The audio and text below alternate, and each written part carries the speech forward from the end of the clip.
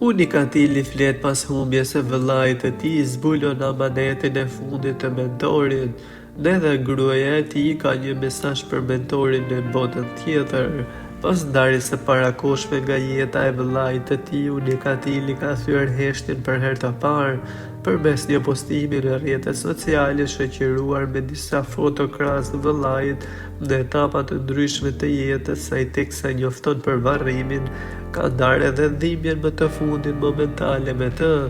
teksa shkruan në postimin e dier: My one and only, ty që je kon gjithmonë aty për mu, ty që t'kisha jo vetëm vlla, por edhe shokun më të mirë, ti m'dashte ma shumë se vete në unë ty njët, gjithmonë i buzëqeshur, pozitive, sy pa trembur, trimi jem, edhe në momentet e fundit ke thonë mos më tregu mu,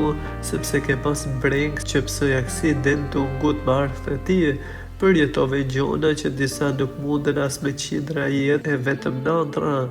zemra ime u thyn miliarda copa, përshëndetja fundit i për të jetën, prej orës 9 në restorant Felix në Klin, është prejura i midis të tjerave, teksa reagimi Unikatilit duhet thënë se hap dimensionet të reja mbi pikpyetjet e vdekjes së mentorit, përkundërsa ai u raportua që ka vdekur befas në banesë, siç u kuptua në burime, teksa u gjet nga shoku i ngushtë, ai ka pasur mundësi ta çojë amanetin e fundit për të mos i treguar Unikatilit nga frika e aksidentit. Unikatili gjithashtu ka dhënë një mesazh edhe për media, duke thënë që nuk bën të ngutën duke dalë në përfundime paraprake,